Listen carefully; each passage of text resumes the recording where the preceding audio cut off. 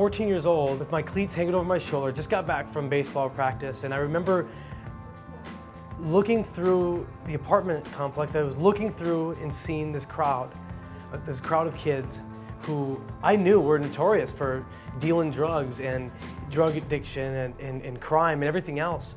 It seemed to me like it was exciting. There's a lot of excitement going on, and I just remember that day sitting there thinking, what if I started to really get involved with what they're doing?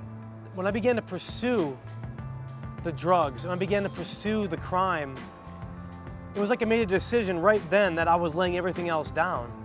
That was when I really made a decision that I was going to run as far away from God as I possibly could. And from that place, I really began to dive into the drug life, the crime life, and I just went all in. I started to get a high off of that kind of life. The street life, the fast life, the anything goes life. And from 14 years old up to 24 years old, it was like a blur. In and out of jails, in and out of treatment centers. I literally remember saying, this is how I'm gonna die.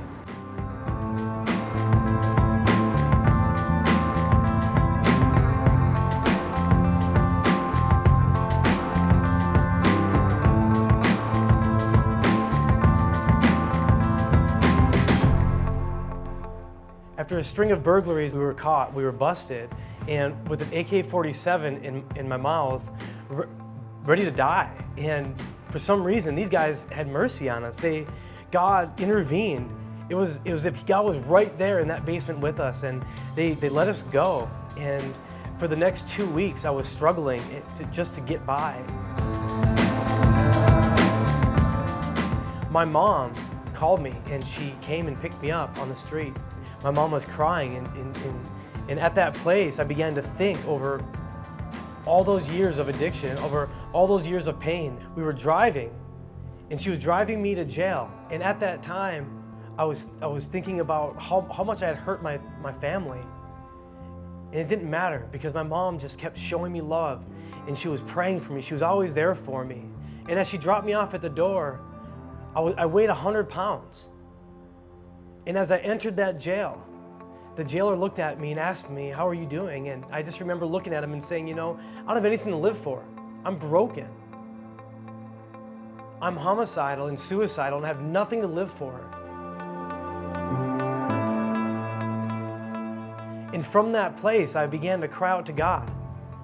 I remember that I was on this cold jail cell floor, and I had the Bible opened up, and I just began to dig and search like I had never searched before for God to just come and intervene in my life.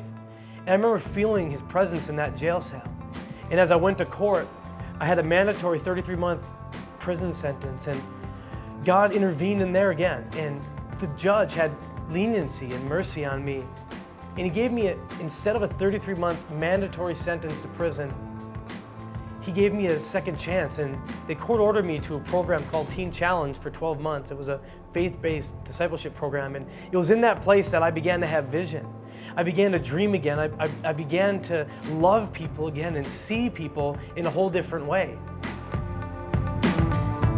God revealed to me that I was going to minister to the old me. And I thought, how awesome is that? And that's what Let's Go Ministry is all about. Let's Go Ministry is all about going into the places that no one else really wants to go, that not a lot of people like to spend time. That's exactly where God reached me, at places that no one wanted to go. And I think that that's where God's really going to ignite a fire in this generation, and He's going to raise us up, is to go into the places that we've let go of.